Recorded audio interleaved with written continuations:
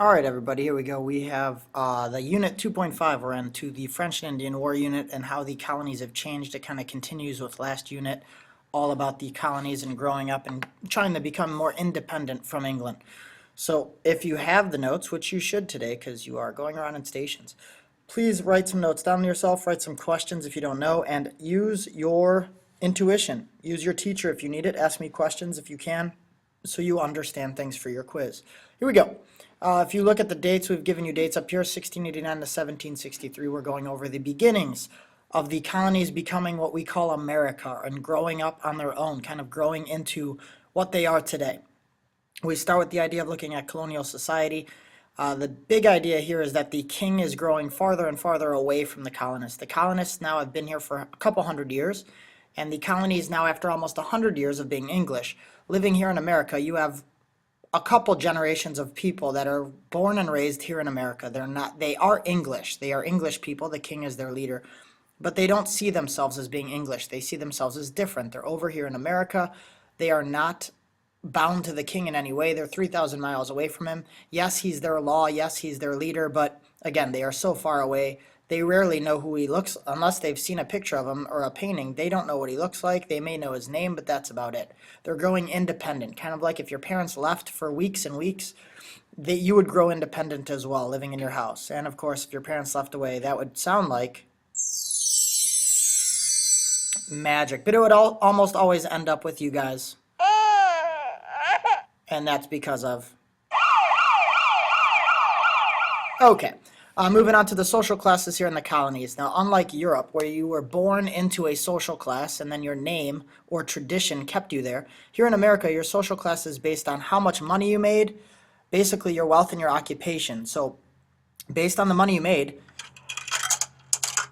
that put you in a social class, and then you had the ability here in America to move up or down the social ladder, whereas in other areas of the world you could not do that. You were born in a class and you stayed and died in that class, and then your kids took that class as well. Here in America you have the gentry. They're at the highest. These are the wealthy landowners, like plantation owners. That's what the planters mean. They are merchants or store owners, church officials, government officials as well.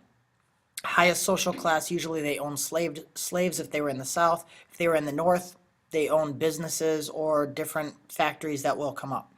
You have the middle class, which is one of the first times ever in the world that you have an actual middle class of people. Here in America, it's developed. You have the shopkeepers, not the owners, but the keepers. Craftsmen, like blacksmiths, people like that.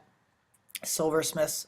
You have doctors and lawyers, which is different from today. Doctors and lawyers are actually considered in the high class today. But back then, because it was a simple education to get, you usually learned law on your own. You didn't go to specialty colleges where you have to go for 8 to 12 years to practice law, or 8 to 12 years to even become a doctor or start your own, doctor service. You also had the poor class, who are small farmers, unskilled laborers, meaning people that could just work on the farm. They didn't actually have any skills, which we're trying to make for you guys, the learners. As students, we're trying to give you guys skills that you could bring to the workforce to get you out of that area down here. You also have free blacks down in the poor class. These are blacks who've won their freedom for whatever reason or were born free and have, just because of the color of their skin, they're almost like prejudice or racism towards them to keep them into this class. And then last but not least, you have these slaves or indentured servants. If you're a servant, you're living in America 3 to 7 years, where you get your freedom. If you are a slave, you don't have that choice unless your owner dies or you're granted freedom by them. But the servants are starting to disappear just because of sheer numbers, and that they're turning to slaves now. All right, moving on. We have one of the big parts of the day, or one of the big ideas, which is called the Great Awakening. Now, the Great Awakening, anytime we mention it, we'll talk about how it is very religious. So, anytime we mention the Great Awakening, remember, it's about religion. Now, this is a religious revival. Now, going back to last chapter, you learned that the colonies up north, the New England colonies, are very religious. And all of a sudden now, with America moving along or becoming independent, money is becoming the more important thing. So you have money replacing the importance of religion. The idea is that Americans are more concerned about wealth and making money, so they kind of push religion off. And now religion's not as important because you used to have to spend almost a whole day in church. And now instead of that, people would rather spend the whole day farming to make more money. Makes kind of sense if you think about it. So, all right. You have the 1730s and 40s, the peak of the Great Awakening, where especially in New England, where religion used to be super important, it's starting to kick back in being important. You have preachers moving from city to city, giving sermons or speeches about how God is angry about them, and that God, being angry, can do whatever he wants. He can make their crops go bad. He can make the weather turn. He can make accidents happen. So some of the preachers were good about this and stressed that, you just wanted to be good in life and that religion was part of that. Some of them took the angry way about it, saying that, of course, people could get hurt or God could hurt them. So you have two examples right here. You have Jonathan Edwards, who is a preacher who gives a very important sermon called "The Sinners in the Hands of an Angry God," basically saying that, God is angry with them, and that at any time God could kind of, because he holds us all in his hand, could kind of crush you down, that God kind of makes or breaks what you can be. So he kind of used the whole religion through fear mentality to get people back to the church. And you have a guy named George Whitefield, who is another leading preacher. Just to give you stats, he gives 8 sermons, a couple hours apiece, in 3 different days in 8 cities. This is a big traveler. This guy made a lot of moving.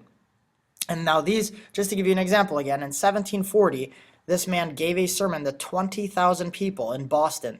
So picture the Quicken Loans Arena being full to capacity. That's still less than 20,000 people. And he spoke to 20,000 people all at the same time. No microphones, no anything like that. And of course it was quiet because people wanted to hear him. So, and he again spoke about everyone being equal in God's eyes. So this was a guy who preached through, peace and everything else, saying that, in God's eyes, everybody's equal. Please come back to the church just to make, church be important again. So you had the 2 different ideas through that.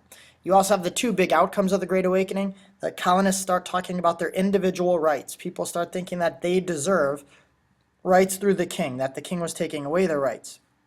And with this kind of religious freedom that they have, where they're preaching different religions in all the different colonies, that colonists have these individual rights to pick and choose what religion they want, or religions that they can go to or listen to. And you also have the idea of separating the church and state, meaning that the rules for the colonies will no longer be dictated by the rules of a Bible or rules by the churches that they go to. So the rules for colonies are what's best for the people in their colonies, and they are separate from the rules from the churches. Moving on. The opposite of the Great Awakening. So in this case, if you think about the Great Awakening, now you start to think of the Enlightenment. And the Enlightenment is a little different. Now they take the religious idea and actually go the opposite end of the spectrum. They're looking at reason and truth for why things happen, not why things happen based on religion. That was the Great Awakening. So the Enlightenment, the Age of Reason, deals with big thinkers of the time. Guys like John Locke, who's up here. For anybody that's watched the TV show Lost, John Locke, who's a major character, and that is based off this Enlightenment writer. He's from England, and he explains that every single person, no matter where they are in the world, is guaranteed a social contract. And a social contract means that the king or leader of your country should guarantee you the rights to life, liberty, and the ownership of property.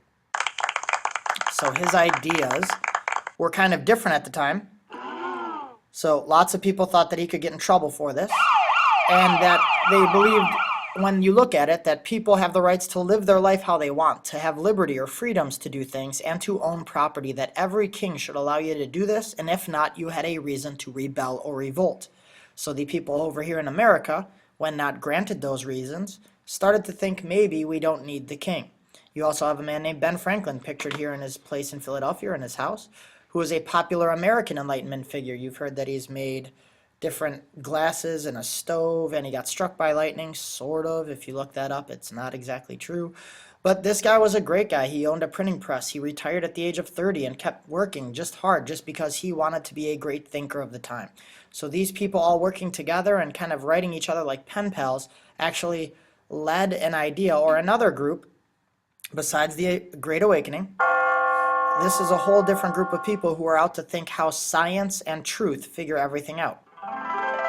So again, this is another movement that leads to protest and revolt around the world, because people start to think maybe our leaders aren't doing a good enough job.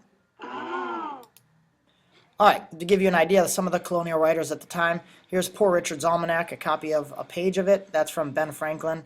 These are just a big part of these two movements, whether it's or it's. But both movements were led by these colonial writers. You have lots of people running printing presses, kicking out new copies of everything so people could read and become informed. And we're very big in this class about reading and becoming informed and being active learners. So Poor Richard's Almanac did sort of all those things. It's kind of like a modern day, I don't know, Google in a way. So you could go to find anything you needed there. So it had life lessons, it had forecasts of the weather, it gave advice, it gave political opinions, it gave everything. And people were reading to get more intelligent. And then you have the big trial at the time, and it's by a man named John Peter Zenger, who came to America when he was 13. He was an apprentice to a printing press operator. He learned how to run the printing press. So he was in charge of, or he was the publisher of the New York Weekly Journal. And his job was to print out the newspaper. And when he published articles, he published, of course, when you put in articles to the publisher, you put your name on things. Well, because this New York Weekly Journal published articles that were making fun of the New York governor, and the New York governor is a man named William Cosby. Not the Bill Cosby from The Cosby Show, which is an amazing TV show, but this is a Cosby who's the governor of New York. He was friends with the king. That's how he got his job. And he was getting in trouble for trying to rig elections or setting up elections where his friends would always win. So he, of course, never wanted to get caught because people in power never want to admit that they're wrong because then they sound like this. But the people of New York knew he was trying to do this, and you had a newspaper, this New York Weekly Journal, putting out information regarding the governor being a bad guy. So the people of New York were very upset, and the governor blames John Zenger, the guy who publishes the article. Now his job was only to actually put the newspaper together. He didn't write the articles, but he put them together and printed them out. So the governor actually puts him in charge and sends out